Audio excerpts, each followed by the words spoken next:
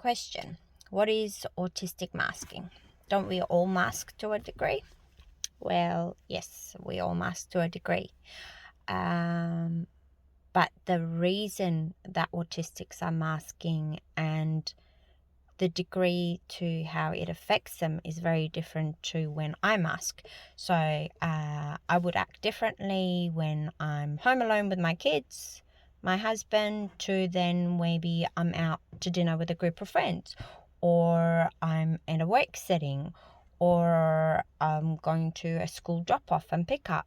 Yes, we all do mask to a degree. We do change our personalities or show different sides of our personalities. But it's different. Autistic masking, also known as autistic camouflaging, is when an autistic person is trying to look neurotypical or not seem autistic or not do what they need just to survive the environment, survive the people, the looks and the glares they get. So let me give an example. Imagine it was really different or really weird or unusual for somebody to wear glasses to be able to read a book. It wasn't something that was normal, and we didn't understand why somebody was wearing glasses. And we looked at them like they're some kind of freak when they had their glasses on. And not many people did use glasses. So that would start to really affect a child's confidence, for example, and maybe that child would not want to wear their glasses. I mean, you do see that with kids anyway, with something just like glasses, and that's something that's so normalized. Imagine a child who needs to rock side to side to be able to process auditory information, or a child who needs a chewy toy to be able to regulate their sensory needs, and also, again, to take in auditory information. A child who needs to spin, that might be a stim. There is different ways that autistics do stim. So it might be a hand flap, it might be a visual stim, it might be vocalizations, but when they stim, it's generally to communicate or to show an emotion or express their emotion.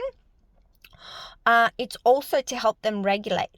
So imagine there's sensory discomforts coming at you and you're already overloaded and you're trying to stim to calm yourself.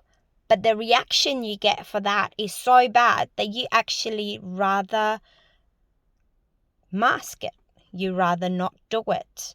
And just, it's almost like self-harming. Like they're happy to hurt themselves because their reaction and the way they're perceived and not understood or accepted by society is so much more damaging to them. But eventually, this constant masking causes them to go into burnout. Now, burnout can be a week, 2 weeks, 6 months, a year.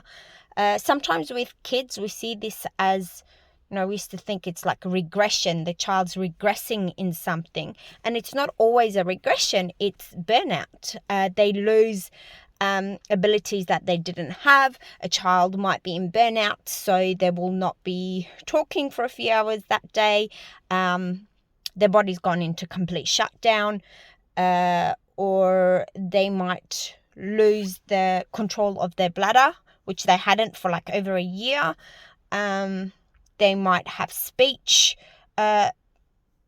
things come on that they didn't have before. So masking actually does a lot more to an autistic individual than it does to us, because really they're hiding what their needs are. They're not doing what their body needs. They're ignoring their sensory system, and their sensory system is different to us. So when they do these things, it's actually helping them to live. It's a way of life. It's a way of being, just existing. And imagine hiding that 24/7. So that's masking, autistic masking.